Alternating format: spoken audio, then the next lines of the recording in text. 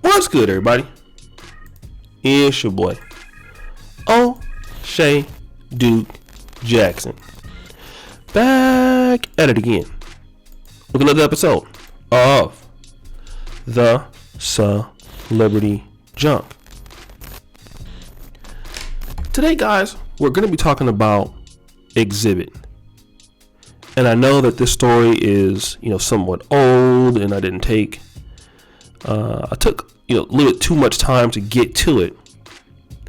But I still think that it's important to talk about what's going on with Xzibit right now.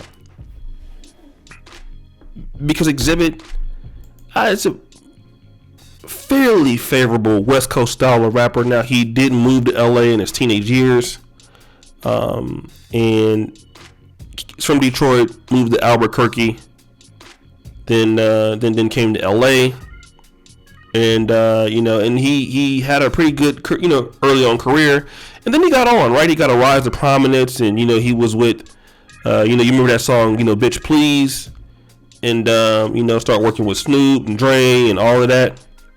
And then, he came in with the Pimp My Ride thing. He was doing some acting.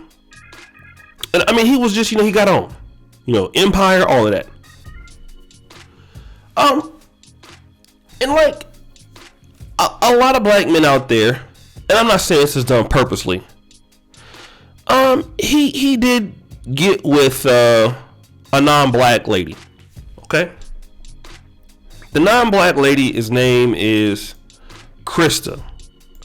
Now, Krista Joyner. They've been together for a long time, okay? Now, I mean, if you look at some shows, she looks like a cartoon character. I don't know what this nigga was seeing when he was dealing with her, but they've been together a long time, okay? And she's not a black woman, and it's, we can say that, like maybe she got there, when he was just blowing up, or she's been there even before that. Who knows? But I think they've been together for like many, many years.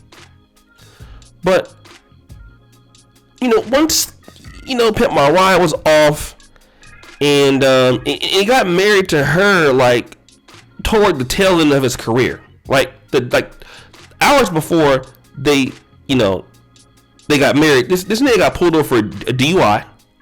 Okay. He's not doing as well as he is. Not as marketable as he used to be. Now she's filing for divorce. Okay. He owed like $900,000 in federal taxes. He's he's been broke. And the ladies had enough, okay? I want to come back to this argument because a lot of black men are starting to say white women or non-black women are going to stick with you longer than sisters will. Okay? But I think that, I don't know if I can say that because look at Xzibit. Xzibit has been messing up his life for such a long time. Tax problems, DUIs. I mean, Xzibit has ruined opportunities for himself. Just doing stupid shit. Okay? And then, with the white lady and things like that, or whatever she is, she's leaving his ass. And I think that you've seen it with, Erica Mena. She's not black, but, has another brother that deals with, he has a Puerto Rican right in Safari, Xzibit. I think what we're looking at is, amongst women, the same things are going to apply. Okay? And a man is going to have to not mess things up. See, I think you have some brothers who are looking for a woman to love you unconditionally. Shout out to Donovan Sharp because he broke this down about a year or so ago. And he says everything is conditional. All right? Only idiots love unconditionally. Just like me on my YouTube channel. You niggas don't love me, my content unconditionally.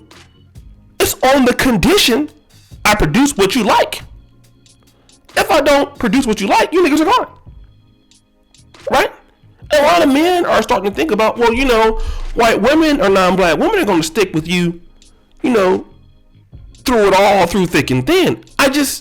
Not if you're doing stupid shit like Xzibit's doing. You know? They're going to be there with you. I mean, look at him. When he was doing well, he didn't want to marry her. On the tail end of his career, now he want to marry her. Now she's tired of being broke. She's tired of being with a guy that don't have his shit together. She's tired of being with a bum. Okay? And guess what?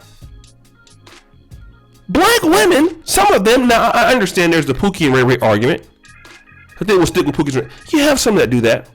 But most women are looking for a man who knows what he's doing. Alright? Xzibit is a man. He has no idea what the hell he's doing. And when you're a guy like that, it don't matter when you go to the white woman. Doesn't matter when you go to the Mexican woman. Doesn't matter when you go to the Chinese woman. You don't know how to protect your family and you're damn stupid. And I think you have some brothers, not all, who want to go to another group of women just so they cannot improve and take the same dusty stuff that you could get away with in the black community and go over there with it.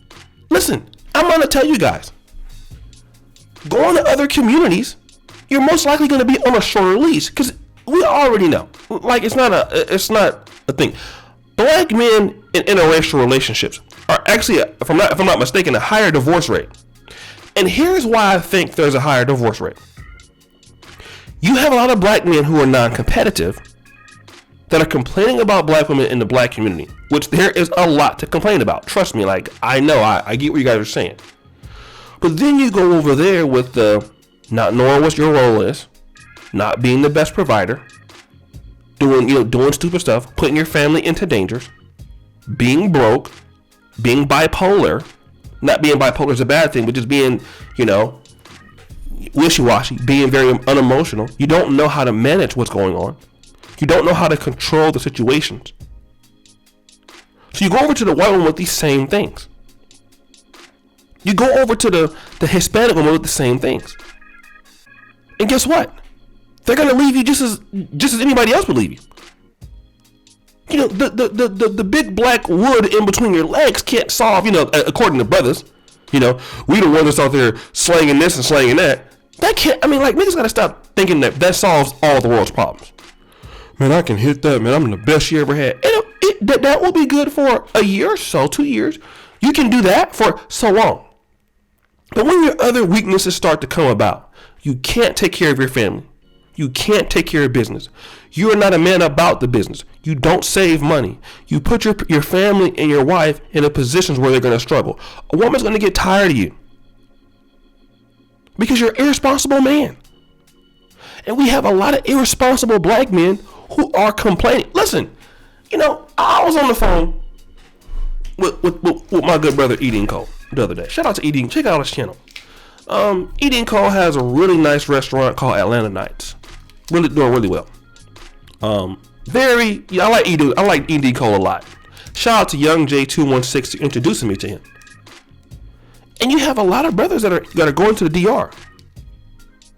Some are doing okay. A lot of brothers are doing the same dusty stuff that they were doing in America, but complaining about women in America. You're still not doing anything in the new place. Same thing with Colombia.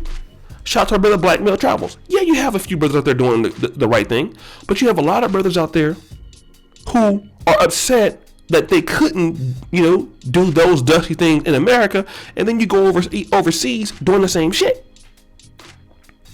Just like you have black men in America who complain about black women, but then you go and take, some of you, not all of you, you go and take the same dysfunction to other groups of women. And it ends up the same way. And Xzibit, the All right. It is what it is. Now, don't get me wrong. You can still have a gold digger of a wife like Dr. Dre. I don't think his wife was a gold digger like Dr. Dre's wife though. He ain't never had the money that Dre had, but she stuck with him anyway. Until it was just too much. So guys, what do you think? It's your boy, O'Shea Duke Jackson, back at it again with another episode of The Celebrity Junk. I really appreciate you for all that you do. Subscribe, hit the bell, check out the first comment pinned to the top, check out the Black Men Are Perfect t-shirts, and as you know, the buffoonery remains an all-time high.